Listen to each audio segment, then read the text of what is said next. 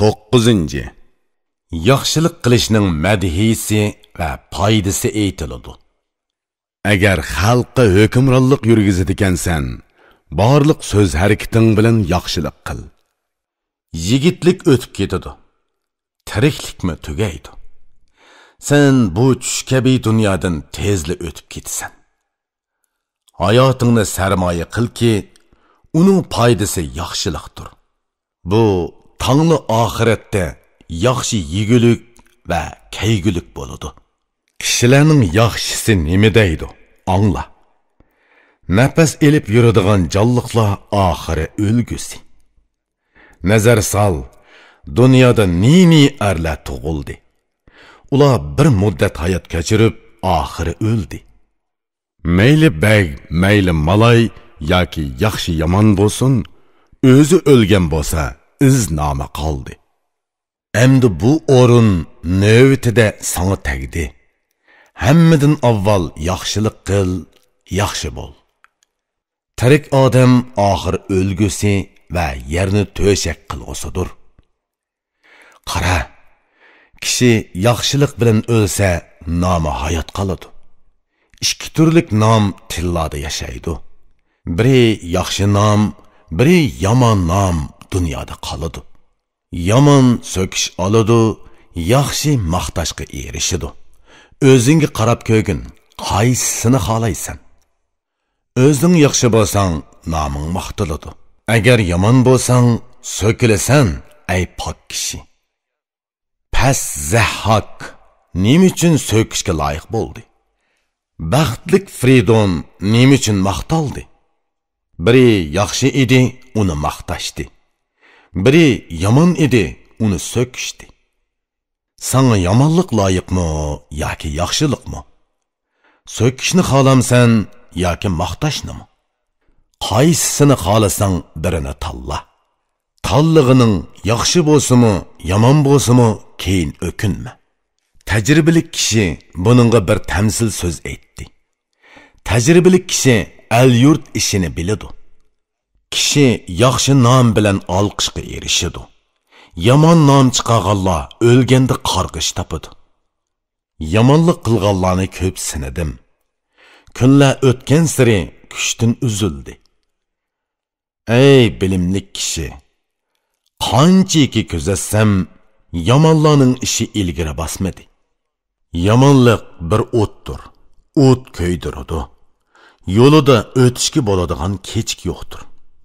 Bizdan ilgari o'tganlarga qarab ko'rsak, mayli qari xalq, bag yoki dunyo so'rig'ichi bo'lsin, bularning qaysisi bilimga erishgan bo'lsa, ular zamon va dunyoni qo'lida tutaladi. Dunyo baglarining qaysisining bilimi bo'lsa, yaxshi qonun turg'izdi. Oddan kishilardan bo'ldi. Bugunmi kimiki yaxshi deb atalgan bo'lsa, eng avval shular yaxshilarga bosh bo'ldi. Qaysi bek dona bilimga yaqin bo'lsa, u bilimli kishilarni o'ziga yaqin tutdi. U qo'liga olgan har bir ishni diqqat bilan ishladi.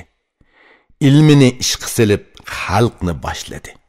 Elini tuzatganlikdan xalq beyidi. Xalqning boyligini o'ziga qo'rg'on qildi.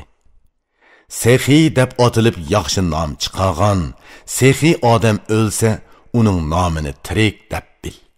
O'lishni bilib o'ziga hozirlik qilganlar tiriklar uchun nomini kitobga putib qo'ydi. Bugun kim uni o'qisa bilimga ega bo'ladi.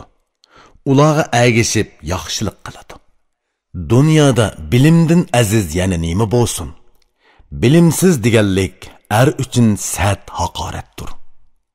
Dunyoda ko'p narsalarni sinab uzun yashagan bilimli kishining nima deganligini angla.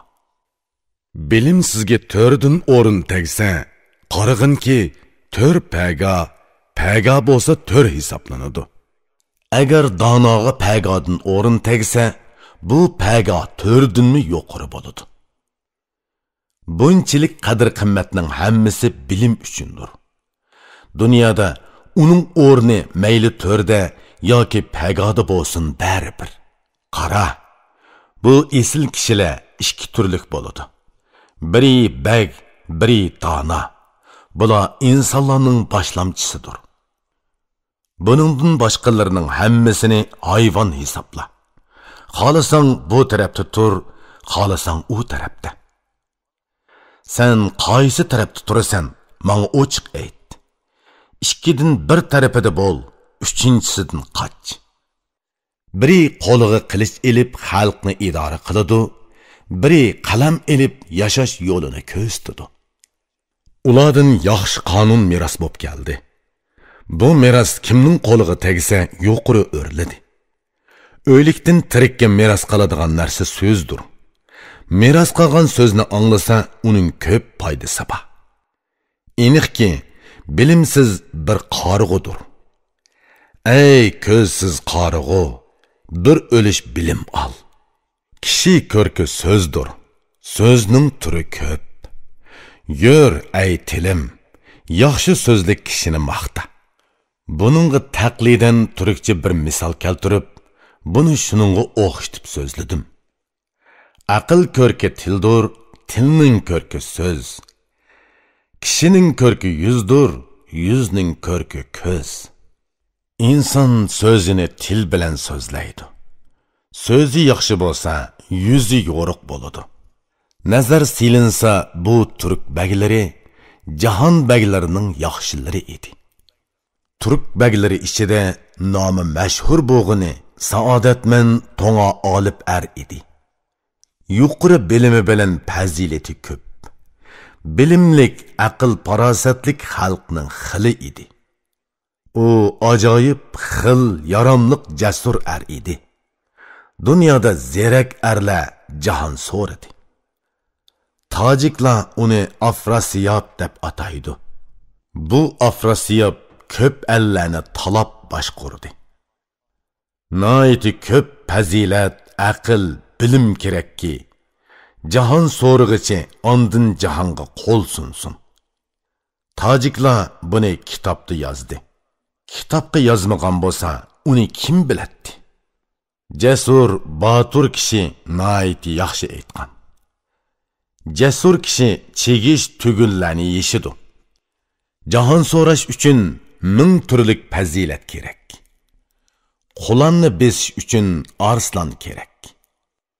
Jahon so'rig'uchiga ming tuman fazilat kerakki, uning bilan al yurtni so'raydi va tumanni suzildiradi. Jahon so'rig'uchi qilich urib dushman bo'ynini kessin. Qonun bilan eli va xalqini tuzusin.